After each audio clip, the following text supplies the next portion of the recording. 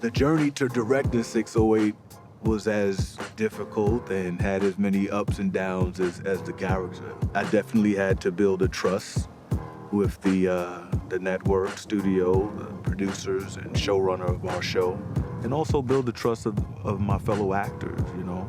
This is something that I see myself doing. It's just the natural progression for me as a creative. We started doing something called the Snowfall Access Program, where we would have weekly Zooms on the weekends for people who wanted aspiring writers, directors, producers, actors, where we tried to pass along some of the knowledge. And so a big part of that was then promoting people kind of within the ranks and pushing them gently towards their real ambition. It was a long process of kind of a bunch of different steps to feel comfortable saying you can be in the chair. And then the actual process of getting to collaborate him was wonderful. Directing is something that Eamon has wanted to do for a long time.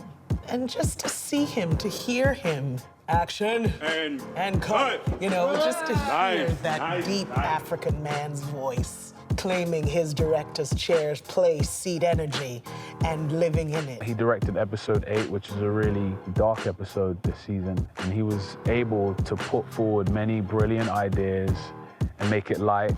You know, he called me up the other day bragging because he turned the cut in and he was just like, I put this episode on anything.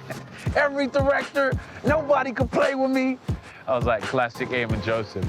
He probably would totally disagree with me, but I remember the first time I came to set and just kind of watching him, and his energy was like, oh, he's kind of nervous.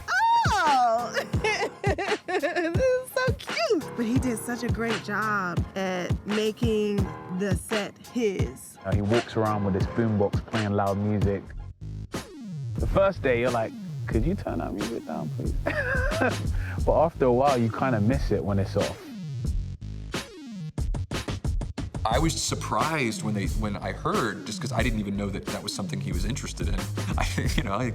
He's a really smart guy and a very good actor, obviously, but that doesn't necessarily mean he's going to be good at directing.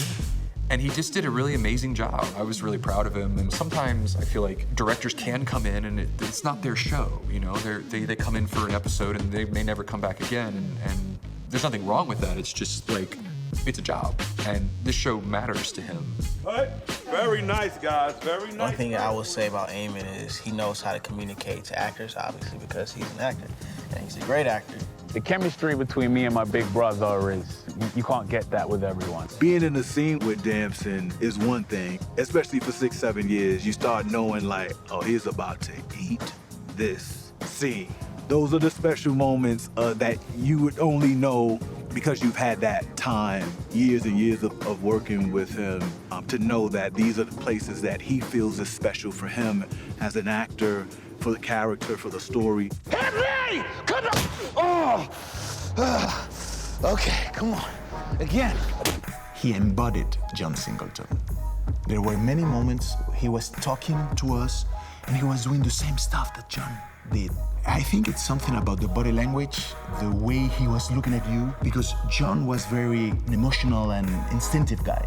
He was from the neighborhood, you know, he was like, you know what I mean? Sometimes, no, I don't know what you mean. Can you explain it? He couldn't explain it. And I think Eamon took this, and he was like an animal in the set. And I am an animal, so we are the same kind of animals. I would never sit here and align myself with the type of storyteller that John was. But John and I would talk about our story and the character all the time.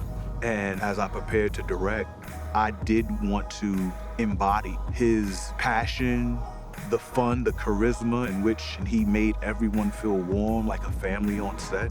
I was very intentional about bringing that familiar hug back. Eamon was the living embodiment of everything that John was about.